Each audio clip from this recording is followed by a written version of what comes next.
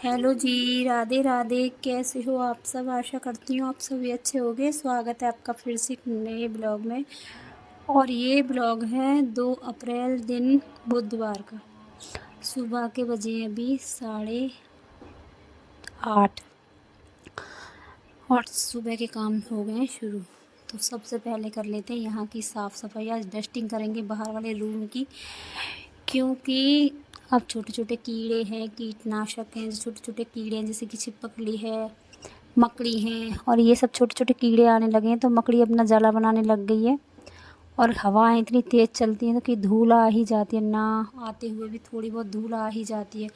और जब हम नीचे रहते हैं तो इतना फ़र्क नहीं पड़ता है, लेकिन अगर हम ऊंचाई पर रहते हैं, ऊपर रहते हैं, तो काफ़ी फ़र्क पड़ता है हवा चलने से, क्योंकि सीधी धूल अंदर तक आती है ऊपर रहने की वजह से।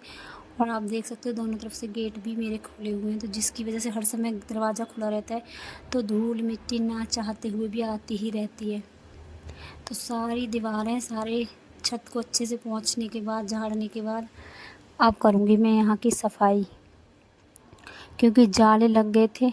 तो और घर में लगे हुए जाले अच्छे नहीं रहते हैं, तो मैंने ये जाले भी मार दिए, साथ के साथ छत को भी साफ़ कर दिया है, अपनी दीवारें को भी साफ़ करके झाड़ कर साफ़ कर लिया है। और अब करूँगी मैं यहाँ की धुलाई, क्योंकि धुलाई से पहले ही ये सब झाड़ा जाता है। झाड़ू पोछा से इतना साफ़ नहीं होगा, धुलाई करूँगी तो अच्छे से सफाई हो जाएगी। तो यहाँ सब पूरे में कर लेती हूँ धुलाई, और जल्दी जल्दी लगी हुई हूँ कामों में, क्योंकि आज आने वाली हैं छोटी वाली दीदी, क्योंकि उनकी तबीयत काफ़ी ज़्यादा ख़राब चल रही है।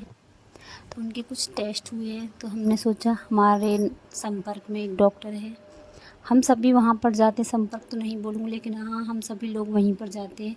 तो सोचा है दीदी को एक बार वहाँ दिखा दें, तो अपनी रिपोर्टें लेकर आएंगी। तो देखते हैं क्या होता है रिपोर्ट देखने के बाद, क्योंकि कभी क्या होता है, हम लाख इलाज करवाने के बाद भी ठीक नहीं होते हैं। और कभी कभी ऐसा होता है कि एक कहावत है ना, कि लगने को तो मिट्टी भी लग जाती है, गलियारे की मिट्टी। मतलब मैं इतनी समझ नहीं पाती हूँ, लेकिन हमारे यहाँ पर ऐसे बोलते हैं कि लगने को तो मिट्टी भी लग जाती है, और ना लगने को तो लाख इलाज करवाओ वो भी असर नहीं करते हैं।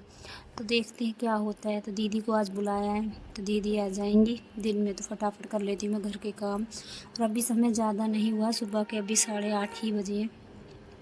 अंदर की साफ़ सफाई पूरी हो चुकी है, आज कर लेते हैं बाहर की। तो पर्दे लगा दिए सारे मैंने मशीन में पर्दे लगाने के बाद मेरे पर्दे भी धुल चुके हैं, सारे पर्दे हटा दिए, धुल दिए, बेड शीट को बदल दिया, और यहाँ से कर दिए मैंने धुलाई। और साथ ही साथ आज करूँगी मैं अपनी वॉशिंग मशीन की सफाई। आज 4 साल बाद इसका दिन आया है। वैसे मैं कपड़े से इसको साफ़ करती रहती हूँ, लेकिन आज इसकी धुलाई करूँगी, क्योंकि मशीन को आए हुए 4 साल हो गए हैं और इसके ऊपर हर समय कवर लगा रहता है, जिसकी वजह से इसकी सफाई नहीं हो पाती है। तो मैंने पर्दे धुले तो साथ के साथ कवर को भी हटा दिया, और मशीन को सर्फ़ से अच्छे से धुल दिया, साफ़ करके एकदम चमचमा उठी है मेरी मशीन। क्योंकि 4 साल से मैंने मशीन को साफ़ नहीं किया है जैसे कि करना चाहिए। सर्फ़ से और जूने से मैंने अच्छे से मशीन को साफ़ कर दिया है। और कहते हैं ना, अगर हम किसी चीज़ की केयर करते हैं तो वो अच्छे से चलती है, काफ़ी समय तक चलती है। और अगर हम किसी चीज़ की केयर नहीं करेंगे तो वो जल्दी ही ख़राब हो जाएगी, चाहे फिर वो मशीन हो, रिश्ते हों, या कोई भी चीज़ हो। अगर हम किसी चीज़ को समय देंगे तो वो बरकरार रहती है। तो यहाँ मैंने अपनी मशीन को अच्छे से चमका दिया है। तो हमारे यहाँ पर कहते हैं, कदर करोगे तो कराओगे। तो यही हाल है किसी भी चीज़ का, मशीन हो, इंसान हो, किसी भी चीज़ की। देखो, अगर हम अपनी चीज़ की साफ़ सफाई करेंगे, देखभाल करेंगे, तो वो थोड़े लंबे समय तक चलेगी। जहाँ उसको 4 साल चलना है, वहाँ वो शायद हो सकता है 6 साल चले। तो मैंने अपनी मशीन को साफ़ करके बुरश से, जूने से एकदम चमचमा दिया है, और सारी सफाई हो चुकी है। और अब हो चुका है पेट पूजा का समय। तो आज बनाऊँगी मैं कढ़ी कढ़ी और रोटियां। तो कढ़ी बनाने से पहले मैंने सोचा 2 आलू काट कर पकौड़ियाँ उतार लेती हूँ चाय के लिए। पहले सोचा था दीदी और जीजाजी आ जाएंगे तभी बनाऊँगी, लेकिन उनको अभी समय है, वो लेट आएंगे। और यहाँ समय हो चुका था चाय का, क्योंकि नहाने और पूजा करने के बाद नहीं रहा जाता है, भूख लगती है।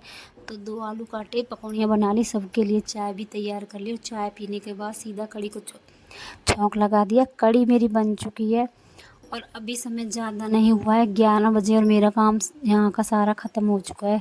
पर्दे भी सूख चुके हैं और पर्दे लगा देती हूँ। अब कढ़ी बना कर रख दिया, आटा लगा कर रख दिया, दीदी आएंगी तभी गर्मा गर्म रोटियाँ बनाएंगे।